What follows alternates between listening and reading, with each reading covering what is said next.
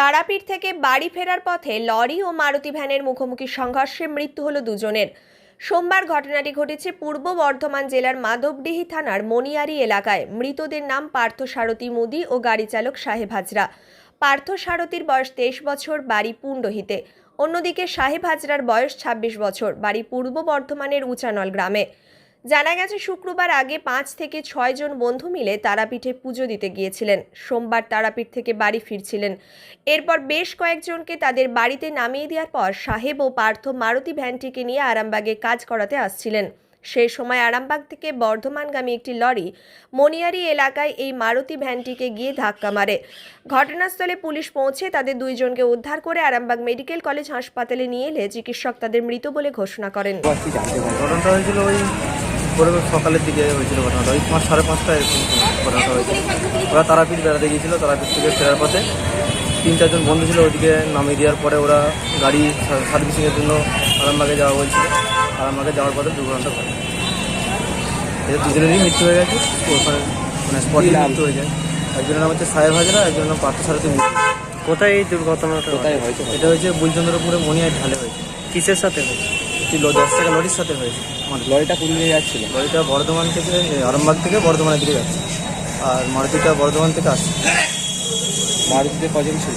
মারুতিটাতে 4-5 জনের মতো ছিল। আজকে তারা গেছিল হচ্ছে তারাপীঠ গেছিল, তাই তো? তারাপীঠ তাদেরকে নামিয়ে দিয়ে এবার আরামবাগে গাড়ি সাথে যাচ্ছে।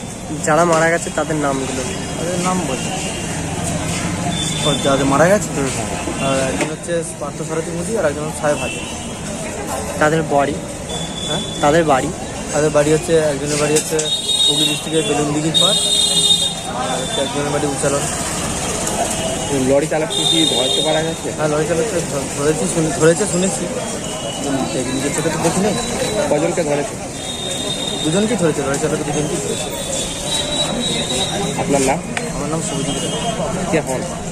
আমি ওনার সমন্বয় যে মারা গেছে।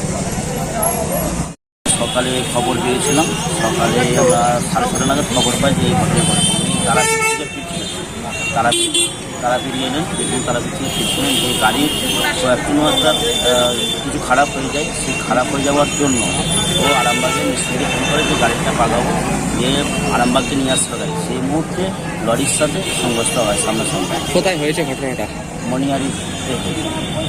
কজন ছিল মারুতি গাড়ি? দুজনই ছিল, দুজনই আসছিল। ওনারা গাড়ি বাগিয়ে নিয়ে তারপরে আমাদের যে পানপাতা দ্বিতীয় তারাপীঠ আছে ওখানে ওনাদের যাওয়ার কথা ছিল। এটাই আমাদের কাছে খবর ছিল। তার মধ্যেই এই লরির সামনে এসে যায়, আর মারুতির সামনে আস্তে আস্তে দুটো সংঘর্ষ একসাথে হয়। লরিটা কোন দিকে যাচ্ছিল? বর্ধমান দিকে যাচ্ছে। কি নাম যারা মারা গেছে তাদের নাম? ছিল সাহেব হাজরা, যিনি ড্রাইভার, যে গাড়িটার মালিক বা উনি গাড়িটা ড্রাইভার। আর একজনের মুদি আর একজন পাশেই বসছিল। ওনার বাড়ি হচ্ছে ওই পানপাড়া দ্বিতীয় তারাপীঠ আছে না, ওনার পাশেই রথতলাতে বাড়ি। আপনি কে হন? আমি ওই আমাদের হচ্ছে আমাদের খুব কাছের ইয়ে, আমার পিসি হয়, পিসির ছেলেটা। আপনার নাম? আমার নাম সন্তোষ চক্রবর্তী। গত 2 দিন আগে ওরা তারাপীঠ গিয়েছিল 5 বন্ধু মিলে। তো সব বন্ধু মিলে তারাপীঠ গিয়েছিল সাহেব হাজিরাও নিজস্ব গাড়ি করে। তো তারাপীঠ থেকে ফেরার পরে উচালনে 3 জনকে নামিয়েছিল, বন্ধু স্টাফ 3 জনকে নামিয়েছিল। নামানোর পরে ওরা দুজনে গাড়ি বাগাতে আরামবাগের উদ্দেশ্যে রওনা দিয়েছিল।